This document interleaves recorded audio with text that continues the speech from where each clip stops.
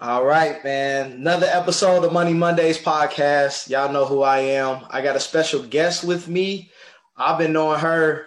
I don't even know how many years. It's just been a long time. I'll say that. But I've watched her grow. She's just a phenomenal woman, phenomenal mother, and a great business owner. So this is Brandy. She is the CEO of Empowered Mamas. And we're going to get into that. We're going to get into just how she's doing this because she it's crazy that I even got her on the way her schedule is. So, Brandy, how you doing today? I am good. Thanks for having me. I'm excited to be here. Nah, I'm excited to have you, man. I mean, obviously, we got kids that go to the same school, so we see each other periodically, and it's just always love. It's been love, since we first met. So glad to have you. So first and foremost, how is life during the pandemic with you have the business, you work full time, you also are a mother, and has kids that are active, right? So it's different Yeah. in this stage. So how's that been? Well, it slowed down a lot when COVID first hit. I was excited because my schedule was jam-packed. I was like overwhelmed. I was dropping one kid off, then to drop another kid off, only to go back out and pick another kid up before the other kids. Like, so it was, my schedule was hectic.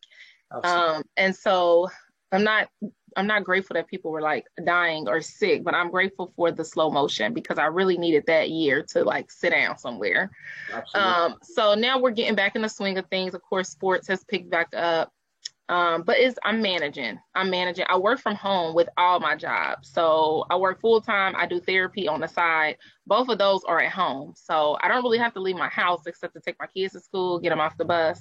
And then my doula work that I do, I usually meet people at like Panera, or at their house, wherever they're comfortable. But so that's as much as I get out the house, you know. So it Right. has really slowed down, but I'm happy to have some sense of normalcy back because I did not like being stuck in the house, but I did not like being crazy busy either. So it's kind of a happy medium. Yeah, yeah. Nah, I think we both were in that same boat, especially last like that. I mean, you think it was the first quarter of last year when it hit, but I mean, Yeah. we were well off into the year though. Like it didn't hit in January, it hit in March. So Right. it's cool, but it's good to hear that you hold it down. Yeah. So let's get into the business portion, right? Like Empower Mamas, what is that, and how did you come about being into that, uh, Mhm. getting into that industry? So, how did I get into this? So, I started my dream job. I worked for Cradle Cincinnati as a social worker and a lactation counselor. And I got the job while I was pregnant. I think I was like 6 months pregnant. So, they took a chance on me. But so I started the job pregnant, and we work with pregnant moms and babies, mostly African American. And I started to see the health disparities in Black women. So at our meetings, we were talking about the number of deaths, women dying, children dying, and the majority of them were Black. Mhm. Um, so I had my baby in September. I had him September 3rd. And I was pregnant with two other people, two close friends, two very, very, very close friends, at the same time that I was pregnant with my son. And my baby is here, he is 2, and their babies are not. Both of them lost their babies, Mm. on the same day, too. So September 25th, like, I, I Mm. it was just, crazy. It was tragic. It was traumatizing. I had a lot of survivor's guilt because like my baby was here, I had a lot of depression. I didn't want to post my baby because I didn't want them to feel away. Yeah. It was hard for me to bond with him because I'm trying to be there for my friends. It was like, this could happen to me again if I had another kid. How many other people is this happening to? So at that point, it became personal. You hear about stuff and it's sad, but when it hits close to home, it take another, toll on you. And so I got into some therapy. And I just was like, I have to make this a personal mission of mine to get into this work. We are needed, representation is needed, diversity is needed in the healthcare field, in the birth setting. And so that's what brought me into it. I immediately start looking up how to be a doula, because doulas increase birth outcomes. And I just was like, this cannot keep happening, especially not to people I love. Like, one person losing a baby is tragic. And hearing the numbers, like Hamilton County has the worst in like the United States. So little old Cincinnati, has some of the worst birth outcomes in the whole United States. I just thought that was nuts. And we have some of the top hospitals. So they say, right? So they say. Wow, that's say. Interesting. Yeah. So like Good Sam is like, they have like the level 3 NICU. You know what I mean? It's supposed to be like the coldest NICU out there, but a lot of people's babies die at Good Sam. A lot of women die at Good Sam, or they die after they get home. So that is really what brought me into the work. Having my baby really gave me some purpose. And then, like I said, the tragedies of my close friends made me want to be a doula. I also breastfed all 4 of my kids, and there were some challenges with each one. Each baby is different. And so I became a lactation counselor because I'm like, if I'm struggling and this is baby number 4, how many people struggling on baby number 1 or 2 and don't have a Black person to consult with, because we know that, we vibe better with our own people. And so I remember being in a hospital asking for the lactation counselor, and it was this white woman who was very aggressive and like trying to touch my boob and get the baby's mouth on the and it was just too much. And I'm like, back up some, like walk me through it. Don't touch me, because I got to know how to do this when I get home. So again, I'm like, how many other people are going through this, and what can I do to help? So that is really what brought me into the work. So my baby, he helped me find my purpose. Yeah, so that's how Empower Mamas came about. That's good. So you touched on a lot of things there, right? And one of the main things that people talk about is being comfortable around people, right? That relationship piece is big. It doesn't matter. I don't care how rich you are. I don't care how. I don't care about anything, but can I relate to you? Are you in it for the right reasons? And are you listening to me? Right? Like, are you listening to me? And with Black women especially, like you said, the numbers don't lie. Like that's what it is. So I'm glad you're in that field and helping people. We're done having kids over here, so am I. But I know a lot of people that can use that, man, as they go into that next phase of their lives, man. So one question I have, and we talked about it a little bit earlier, is some people think again that having a doula, that's a lot of people always think of how much it's going to cost them financially. And I get, and for good reasons, but can you talk about just like, how do you approach people who you kind of can tell that they're on edge about the finances, but that number one, this is priceless, but then number two, there are methods to get this service without feeling like you gotta, not, sacrifice one thing or anything like that. So can you talk about that? Yeah, absolutely. So, doulas do cost, and right now we are not, insurance does not reimburse doulas. So right now we are not taking insurance. There has been legislation about it. So I think that in the next couple of years, we will be able to bill insurance, but right now we don't. And so I know for me personally, I'm not really in here to get rich, because money does not equal somebody's life to me. And so if there is a person that I know is very invested in this, has done their research, knows what they want, knows why they want a doula, I'm willing to do pro bono services or barter. So maybe they make body butters, and so maybe she give me a couple body butters and I do her doula. You know what I mean? So I'm not, if I would rather people ask than to look at my prices and say, well, I'm not going to say anything, because there's always things to be worked out. There are grants out there, you can do GoFundMe's. We do it for everything else. So do a GoFundMe for your, your birth, your labor, or your postpartum. So I also can do like a sliding fee scale. If you tell me how much you can afford, I'm probably gonna go with it. Like I would rather you have it than not have it because you can't afford it. I haven't turned anybody away.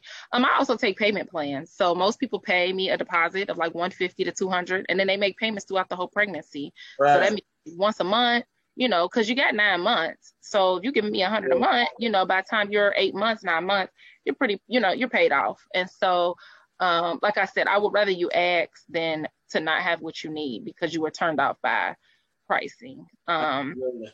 Absolutely. Yeah.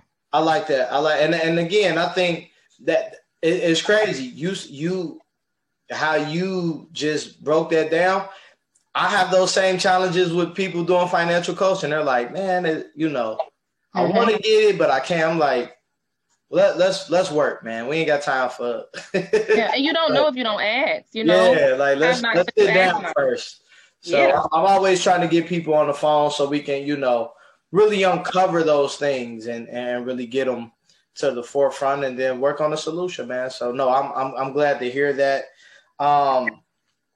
Also with you, right? So want to get into like Brandy on a personal level. Like what was your first aha moment when it came to like finance, like you understood like, yeah, financial education, it actually is important. Like, was it after the first kid? Was it like after college? Like when did you have that? I know when mine was, but when was yours? Oh, I'm about to be real like transparent right now. So I went to college and I don't know how I survived college. I worked at Old Navy and I did work study, like making $8 an hour. But I was a single mom. I lived away from my family. I went to school in Dayton, so it was rough. But I remember when I was about to, so my last year, I'm a social worker by trade. So the last year of the social work program, you could enter this program where you work for Children's Services for free for a year. You do an internship and they give you $10,000 once you accept the job at Children's Services. So you kind of you get training for free. Yeah. And then you work for 2 years and they give you $10,000. So it was like an incentive to get people to work at Children's Services because it's stressful and nobody wants to work there. So that's why he did it. So I'm like, okay, this is a no-brainer. Like I was already doing my internship at Children's Services. So it was like, okay, all I got to do is get a job. I get this 10 bands. When I tell you I blew through that 10 bands, like, I don't know where it went. So when I graduated, I moved back to Cincinnati, got my first apartment. So of course I furnished my whole apartment. Like I bought all the furniture, flat screen TVs, pots, like everything was new, right? Because I'm like, this is my first big girl job. This is my first real apartment where I'm not on subsidized housing. I'm not on food stamps no more. Like I made it out. I made it. You know what I mean? Yeah. Baby, I do not know where that money went. Like I said, like I'm gonna put $5,000 up and furnish my apartment with $5,000. I don't know where that money went. That money was gone. I started the job in August. I probably got the check in like September. I know I balled out on Christmas just because that was my baby's first real Christmas where I could really buy stuff for him. So that is when it hit me like, oh no, you can't be doing this. Like you cannot be like, you literally blew through $10,000. Do you know what you could have did with that? And I don't know what I had to show for it because so for the people listening and watching though, how old were you? I graduated in 2012. So I was 23. I mean, 23-year-old Brandy, that's now. Now, I mean, that's just, it is what it is. Like, I look at all the money I 21-year-old Lawrence was something. But, and I was working when I started working at the bank, you really couldn't tell me nothing. We be feeling ourselves and just. I was acting crazy. Then I got my tax. Like I just knew, like, okay, I'm getting paid good money. Like I'm gonna put some. I don't know where that money went. I enjoyed myself. Absolutely, we got some good memories. We got some expensive memories. That's what I call. We do. We got some expensive memories.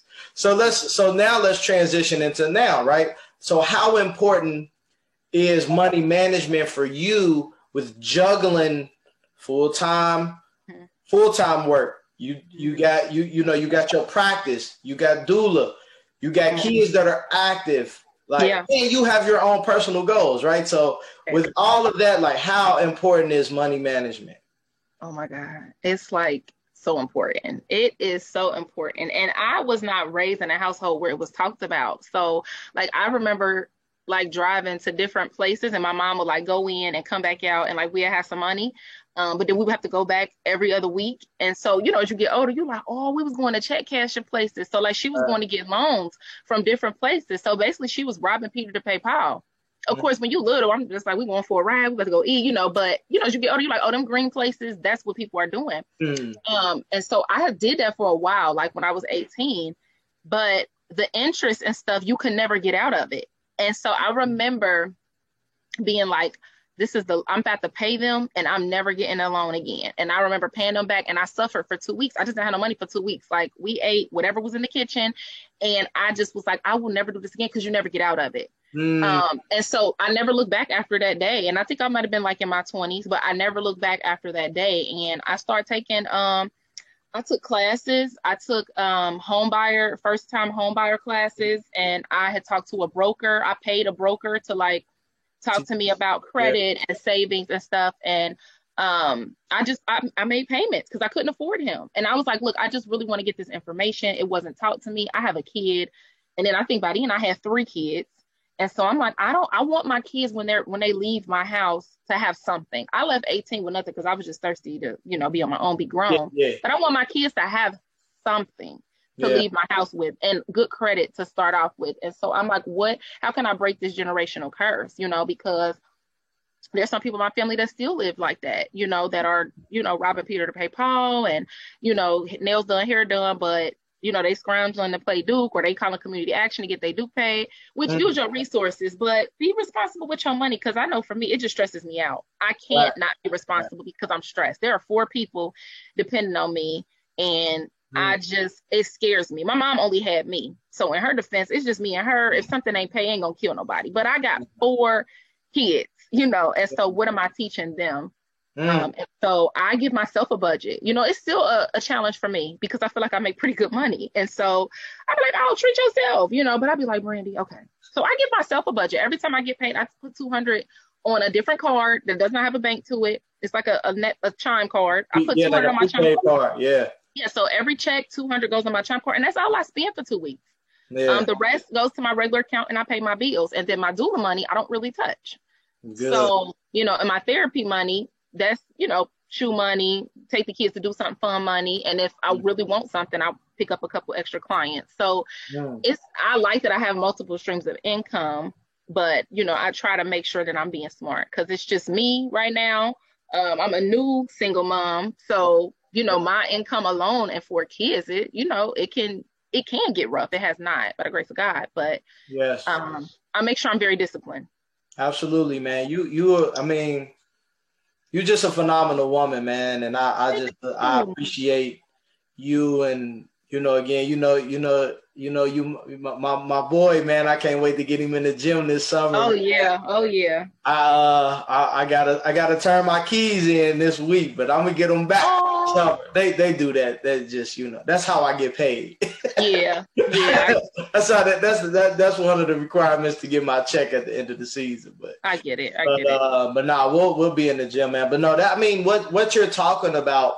Number one, you know, there's food at home. You know, I've been. It's McDonald's at home. Hey, look, yeah. I've been saying that a lot, and I've been having, you know, really, I say that a lot for myself.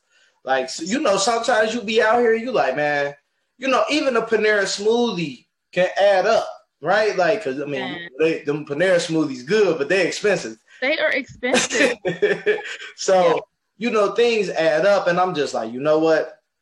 Let me sit. Let me, you know, it's some food in this house. Some, like, whether it's I'm going to have to sit down and make it real fast, or, you know, I'm going to just have to, you know, cereal it up. Like, it's just going to have to happen. But, you know, and then you're able to treat yourself later, you know. So it's all good, man. I love it. So I got a couple more questions for you. I'll let you get out here, man. So the first question is, if you could start a business with 5 other people, this be anybody in the world, who would it be? Can they be dead? They can, dead or alive. Yep. 5 people to start a business with. Tyler Perry, Okay. Oprah, Hmm. Ayama. Ooh, that's a new one. Okay. Yeah. Who else? How many people was that? Three? That's three. Two more people. Master P. Hmm. Master P. Hey, you showing our generation now. Yeah, he's a genius. He's a freaking genius. And T.I. Okay. I can That see that. I that can would be see my that. team. I Yeah. like it. I like it. That's a good starting five to build with. I Yeah. like it. They gonna get me right. For sure, especially Oprah. You know, Oh yeah. we don't even talk about her enough. Like she's Man. still up there, and it's just like, man, what? Talk about starting from the bottom, man. Right, absolutely, all of them, really. I mean, Yeah. Yeah. True. literally, all of them, man. So it's we got it. Yeah. Last question: what advice would you give your 18-year-old self? Ooh. Ooh, Brandy. I would tell her to take your time. Hmm. Do not rush to grow up. Um, live your life for you. Don't do what society says you should do. Do what your heart and your gut says. Um, save your money. I would tell myself, save your money. Like, even when you graduate, you have a graduation party. I went to college with a good amount of money for my graduation parties. Again, don't know where it went and was pregnant the next year and had to get on assistance. Like just the things that we, living in the moment and not planning ahead. So Absolutely, definitely, save money, be a planner, be an organizer. But yeah, just slow down. Slow absolutely. down. That's good. That's good. That's good advice. That I think some adults need that info Oh now. yeah, absolutely. That's good. But this was good, man. Again, you see what I got on Invest in Black Women. Yes, I had my shirt on the other day. That's this is why I do what I do, man. I'm not doing this for any other reason, but to edify you. And again, you're doing things that the way you're living life right now, a lot of people couldn't do. You know what I mean? The adversity you face Mhm. and how you just rise above it, man, it's great to see. And Thank you. for me, I'm just a fan of everything you do, and I'm Thank also appreciative of just again you're just always so positive. Like no matter what, Heart. you just and you just Heart. continue to strive for excellence. You instill that in the kids. When I'm around your son, he's just always so, in the zone of just I just wanna be my best self. Like Yep. that's just his mindset. So I see Yeah. it all the time. So I'm appreciative of you. Let people know how can they follow you, how can they work with you, how can they support Brandy, Yes. endeavors, all of that good stuff. So I am on Facebook at Brandy with an I, Doula Sherelle, Cherelle. I also have a business page on Facebook, Empowered Mamas of Cincinnati, and it's MAMAS. Mhm. And then I'm on Instagram under bombshell_B. And also my business Instagram is Empowered Mamas of Cincinnati, and it's all together, no dashes, slashes, underscores. But yeah, on my business page, I like to post a lot about like mental health. Mm. I think that is highly stigmatized in the African American community, and I want us to get what we need. So I post a lot about that. I post a lot about pregnancy, postpartum. And so people that even can't afford my services or are scared to reach out, I tell them just follow me. I post free game all the time. Right. What you should be asking the doctor, what you should be concerned about, what should go on your registry, I'm going to start blogging soon too about, just pregnancy and birth and yoni themes. And I'm getting into my holistic herbs and stuff like that. So just stay tuned. I got a lot of stuff that I'm looking forward to doing. I'm on my spiritual journey. So I post a lot about spirituality and, just healing. I'm just so, I'm about healing. We need to heal ourselves. We have a lot of trauma. And so follow my business page for that. If you're looking at my personal stuff, that's just ratchet me having fun, laughing. That's just me kicking back. So you might be like, girl, she's a trip, but I'm all the things. I'm Right. spiritual, I'm a healer, but I like to be ratchet and funny. You're an empowered mama. That's what Yeah. it is. Yeah. That's So what they represent. Like, exactly. I ain't just one dimensional out here. So At all. that's what's up. So I'm gonna put everything in the show notes as well as the description and on YouTube, man. This was phenomenal, Brandy. Again, Thanks for having me. You're welcome, man. Again, guys, follow her, support her. If you know somebody who is planning to have a baby, even if they aren't pregnant, Right. they still can go sit down and be counseled through Brandy. Like, sometimes we have to like, some people know they want to have kids. Why not be as prepared as possible? Yes. As opposed to playing catch up. Like, right. That's important.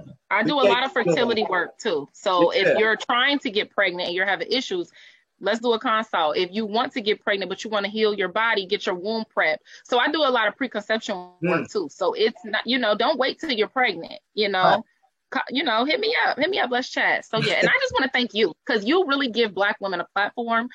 You give us a voice. A lot of places we are overshadowed or outspoken or, not taken into consideration. And you really do give us a platform, your merchandise, and, you're comfortable with sitting back and letting a Black woman have her power and speak her word. And so I really appreciate you for that. We don't see that a lot. And so, Black men have privilege over, Black women. We're at the bottom. So I appreciate you for stepping back and giving us a voice and giving us a platform. I really appreciate that. Absolutely. I will have it no other way. My mama taught me right. So yes, she did. Yes, she did. So y'all, man, this has been another episode of the Money Mondays podcast, man. Remember, financial success happens on purpose, and success does not visit the lazy. God bless.